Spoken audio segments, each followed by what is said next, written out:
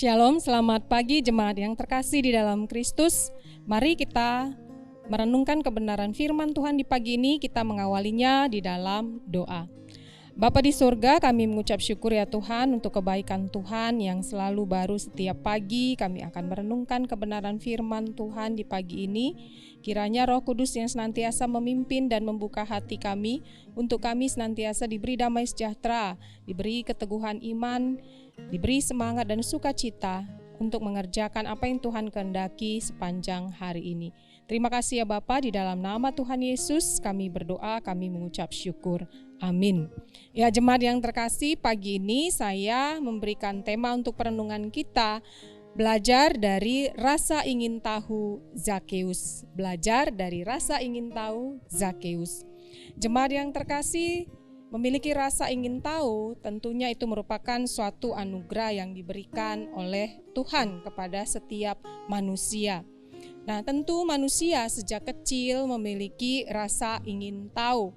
Dan orang tua biasanya akan merangsang atau menstimulan rasa ingin tahu dari anak-anaknya sejak dini atau sejak masa kecil.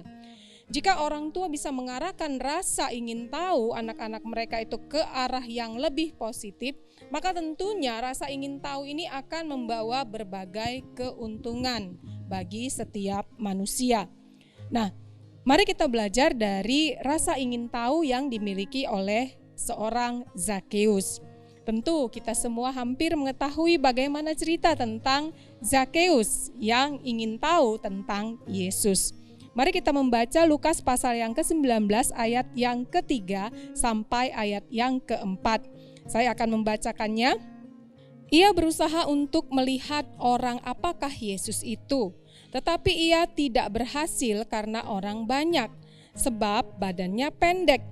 Maka berlarilah ia mendahului orang banyak, lalu memanjat pohon ara untuk melihat Yesus yang akan lewat di situ.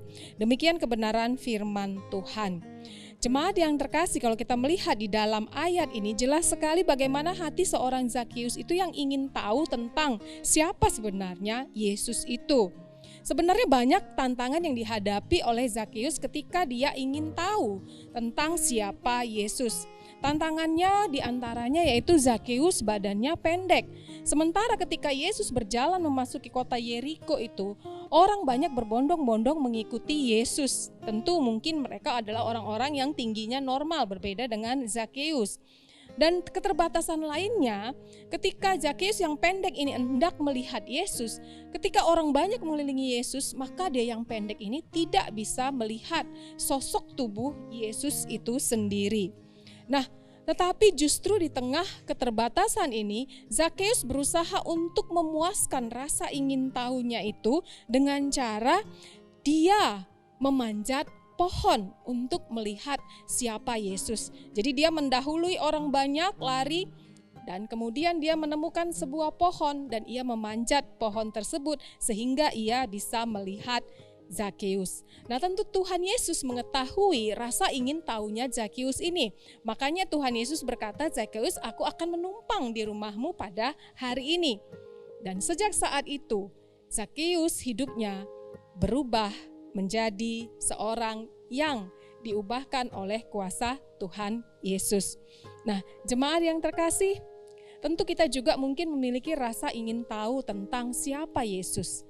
Karena memang Alkitab berkata supaya kita bisa mengenal lebih dalam siapa Tuhan yang kita sembah. Tetapi mungkin banyak tantangan yang kita hadapi ketika kita hendak memuaskan rasa ingin tahu kita tentang siapa Yesus yang kita sembah. Mungkin kita sibuk, disita waktu kita oleh berbagai macam rutinitas dan kegiatan, terkhusus ketika fokus dan pikiran kita adalah untuk memuaskan kebutuhan jasmani. Mungkin waktu kita yang disediakan untuk memuaskan rasa ingin tahu tentang Yesus itu menjadi satu tantangan yang besar bagi kita. Nah, untuk itu pada hari ini ketika kita belajar dari rasa ingin tahunya seorang Zakeus tentang Yesus, Zakeus juga memiliki berbagai macam tantangan ketika ia ingin memuaskan rasa ingin tahunya tentang Yesus. Dan untuk itu ketika kita sama seperti Zakeus yang memiliki rasa ingin tahu, lebih mengenal siapa Tuhan kita yang kita sembah lebih dalam lagi. Berusahalah, berjuanglah seperti seorang Zakeus. Dia mendahului orang-orang, kemudian dia memanjat pohon. Nah, apa yang bisa kita kerjakan untuk memuaskan rasa ingin tahu kita tentang Yesus di tengah berbagai tantangan itu? Carilah waktu dan berilah satu waktu yang tepat. Tentukan waktu yang tepat untuk kita bisa berelasi intim dengan Tuhan, untuk memuaskan rasa ingin tahu kita. Apakah kita harus bangun pagi-pagi, ataukah kita mungkin menyediakan jam tertentu untuk kita bisa merenungkan kebenaran firman Tuhan, melakukan saat teduh, melakukan pujian-pujian, kemudian merenungkan kata-kata di dalam pujian itu, atau mungkin kita menyediakan waktu, jam khusus untuk berdoa. Atau mungkin kita bisa meluangkan waktu tertentu untuk membaca, misalnya satu kitab dalam satu hari dengan menentukan jam sekian. Nah, ini semua adalah usaha kita untuk memuaskan rasa ingin tahu kita tentang siapa Tuhan yang kita sembah. Untuk itu, jemaat yang terkasih, ketika hari ini kita memiliki rasa ingin tahu tentang Yesus yang kita sembah, berikanlah waktu untuk memuaskan rasa ingin tahu itu dengan membaca kebenaran firman Tuhan. Dengan meluangkan waktu, memberi diri kita, memberi waktu kita untuk berdoa. Bahkan kita bisa menyediakan waktu untuk jam doa khusus setiap harinya. Amin. Mari kita berdoa. Bapa di sorga, kami mengucap syukur ya Tuhan, untuk kasih setia Tuhan yang mengingatkan kami, supaya kami ya Tuhan boleh memiliki rasa ingin tahu yang lebih lagi tentang siapa Yesus yang kami sembah.